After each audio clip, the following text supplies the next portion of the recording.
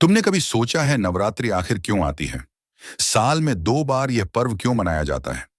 क्या सिर्फ व्रत रखने और माता के गीत गाने के लिए, या इसके पीछे कोई गहरा रहस्य है? देखो, इंसान जब भी पर्व मनाता है तो वह बाहर दिखने वाली सजावट में खो जाता है। लेकिन नवरात्रि सिर्फ उत्सव नहीं है, यह शक्ति का आह्वान है।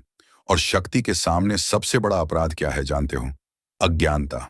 वही अज्ञानता जो इंसान को बार बार वही गलती करवाती है जिससे पूरा साधना भंग हो जाता है।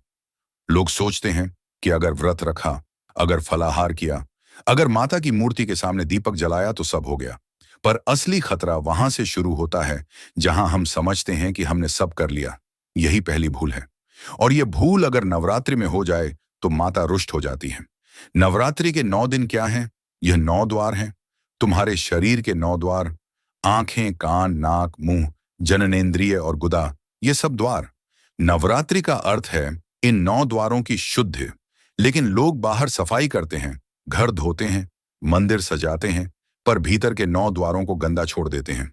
आंखें वासना से भरी, कान चुगली और गाली सुनते हुए, मुंह झूठ बोलते हुए और मन हिंसा से भरा हुआ।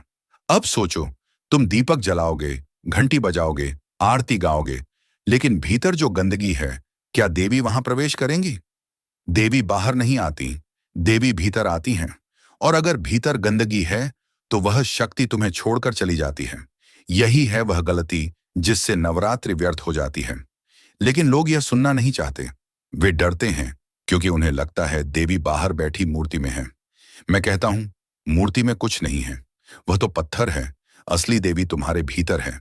और अगर तुमने भीतर की देवी को नाराज कर दिया तो कोई मंदिर, कोई भजन तुम्हें नहीं बचा सकता।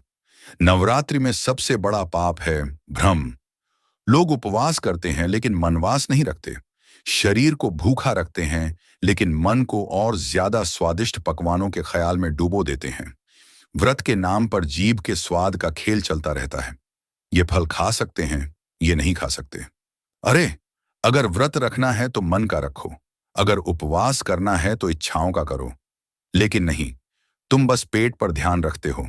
यही है वह दूसरी भूल जो देवी को क्रोधित करती है। देवी को भोजन की परवाह नहीं, देवी को तुम्हारी नीयत की परवाह है। तुम मंदिर जाओ, घंटी बजाओ, आरती करो, और उसी वक्त मन में पड़ोसी की बेटी को देखकर वासना उठे, तो तुम्हारा व्रत क्या हुआ? तुम कहोगे मैंने फल खाया है, अनाज नहीं खाया। लेकिन मन तो वासनाओं का अनाज खा रहा है। देवी को धोखा नहीं दे सकते। नवरात्रि में अगर कोई गलती हो सकती है तो यह है कि तुमने खुद को धोखा दिया। तुम बाहर भक्त दिखे, भीतर पापी बने रहे। देवी उस नकलीपन को सहन नहीं करती। अब डर यहीं से शुरू होता है, क्योंकि बहुत से लोग पूरे 9 दिन ये भूल कर देते हैं और उन्हें लगता है कि उन्होंने बड़ा पुण्य कर लिया। लेकिन असल में वे आरण ले लेते हैं, और यह आरण धीरे धीरे उनके जीवन को खा जाता है। तुमने देखा होगा, नवरात्रि के बाद कुछ परिवारों में झगड़े बढ़ जाते हैं, कुछ घरों में बीमारियां अचानक उभरती हैं, कहीं नौकरी छूट जाती है, कहीं व्यापार डूब जाता है। लोग कहते हैं बुरा वक्त आ गया, पर वे यह नहीं समझते कि बुरा वक्त उनके भीतर पैदा हुआ था। नवरात्रि की साधना अधूरी रह गई और देवी रुष्ट हो गई। देवी रुष्ट होने का मतलब यह नहीं कि कोई बाहर बैठी नाराज हो गई। इसका मतलब यह है कि तुम्हारी ही चेतना तुमसे मुंह फेर गई। जब चेतना तुम्हारा साथ छोड़ देती है तो जीवन खाली हो जाता है। फिर वही डर, वही दुख, वही असफलता तुम्हें घेर लेती है, और तुम कहते हो कि किस्मत खराब है। नहीं, किस्मत खराब नहीं, तुम्हारी साधना अधूरी है। एक और भूल है जो लोग बार बार करते हैं। नवरात्रि में लोग दिखावे के लिए पूजा करते हैं। घर में पूजा पाठ चल रहा है और साथ ही मोबाइल में रील्स, गाने और गपशप चल रही है। स्त्रियां व्रत रखती हैं लेकिन पूरा दिन टीवी पर सीरियल देखती हैं। पुरुष मंदिर जाते हैं और बाहर आकर राजनीति पर बहस करते हैं। ये कैसा व्रत है? ये कैसा उपवास है? ये तो धोखा है, और धोखा देवी के साथ नहीं चलता। देवी सत्य है, और अगर तुम झूठे हो तो देवी दूर चली जाती हैं। अब तुम समझ रहे होगे कि गलती कहां होती है, लेकिन अभी असली रहस्य बाकी है। असली गलती सिर्फ यह नहीं कि तुम बाहर पूजा करके भीतर गंदा हो। असली गलती यह है कि तुम डरते हो। हाँ, सबसे बड़ी भूल है डर। लोग देवी से डरते हैं। वे सोचते हैं अगर पूजा नहीं की तो देवी नाराज हो जाएंगी, अगर व्रत नहीं रखा तो कोई संकट आ जाएगा। लेकिन यह डर ही है जो तुम्हें देवी से दूर करता है। देवी डर से नहीं, प्रेम से आती हैं, लेकिन तुम डर में डूबे हो, और जहां डर है वहां प्रेम नहीं आ सकता। नवरात्रि में अगर यह डर बना रहा तो समझो तुमने देवी को दरवाजे से ही बाहर कर दिया, और इस डर का परिणाम बहुत भयानक होता है।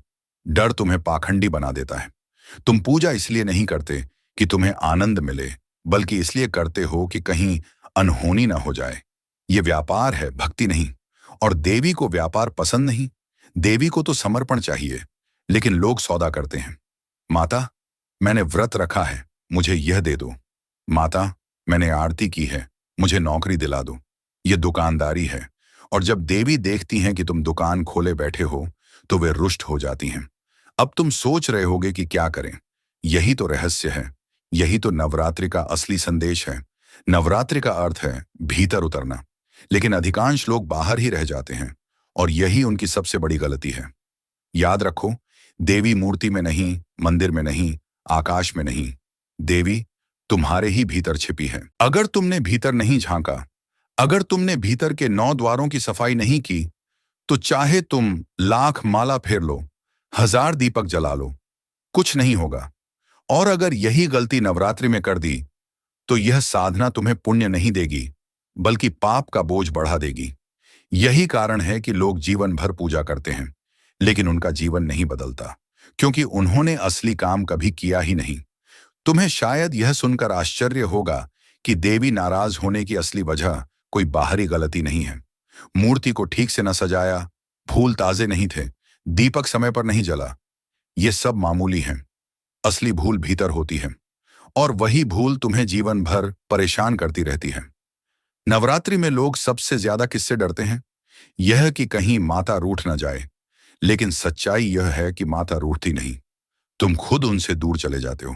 तुम खुद अपने कर्मों से, अपने विचारों से, अपनी आदतों से देवी को अपने भीतर से बाहर फेंक देते हो, और फिर रोते रहते हो कि कृपा नहीं हो रही। तुमने गौर किया होगा, नवरात्रि में कई लोग बहुत बड़ी बड़ी प्रतिज्ञाएं करते हैं। कोई कहता है मैं 9 दिन जूता नहीं पहनूंगा, कोई कहता है मैं एक समय ही खाऊंगा, कोई कहता है मैं शराब सिगरेट को हाथ नहीं लगाऊंगा। लेकिन जैसे ही नवरात्रि खत्म होती है, वही लोग फिर पुरानी आदतों में लौट आते हैं। इसका क्या मतलब है? इसका मतलब यह है कि देवी का सम्मान सिर्फ 9 दिन का था, उसके बाद सब खत्म। सोचो, अगर कोई तुमसे कहे कि मैं सिर्फ 9 दिन तुम्हें प्यार करूंगा और फिर भूल जाऊंगा, तो तुम्हें कैसा लगेगा? देवी भी यही सोचती हैं। जब तुम 9 दिन व्रत करके 10वें दिन पुरानी गंदगी में लौट आते हो, तो देवी तुम्हें छोड़ देती हैं। और यह छोड़ना साधारण नहीं है, यह जीवन भर असर करता है। यह तुम्हारे भाग्य को तोड़ देता है।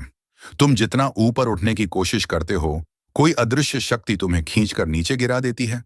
और फिर तुम कहते हो कि ग्रह नक्षत्र खराब हैं। अरे, ग्रह नक्षत्र नहीं, तुम्हारा झूठ खराब है।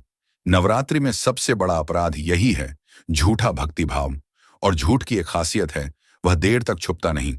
झूठा भक्त जल्दी ही पकड़ा जाता है। तुम लोगों को तो धोखा दे सकते हो, पर अपने भीतर बैठी देवी को नहीं। एक और रहस्य समझ लो, नवरात्रि में देवी रुष्ट होती हैं अगर तुम अपनी इच्छाओं को दबाने की कोशिश करते हो। हाँ, ध्यान से सुनो। लोग सोचते हैं कि व्रत रखना मतलब इच्छाओं को मार देना।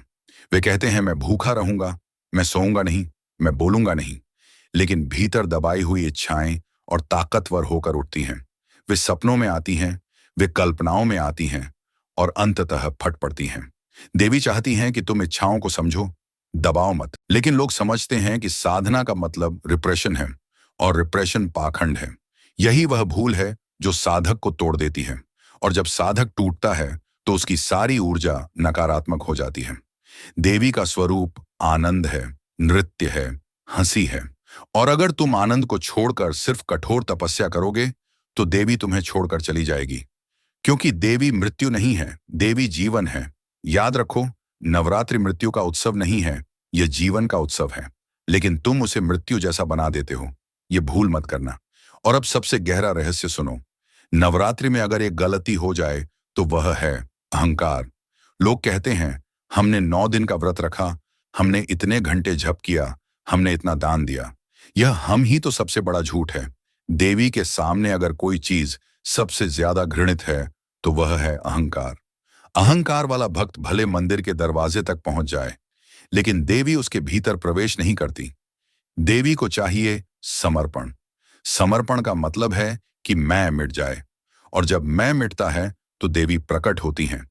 लेकिन लोग तो देवी को भी अपने अहंकार का हिस्सा बना लेते हैं।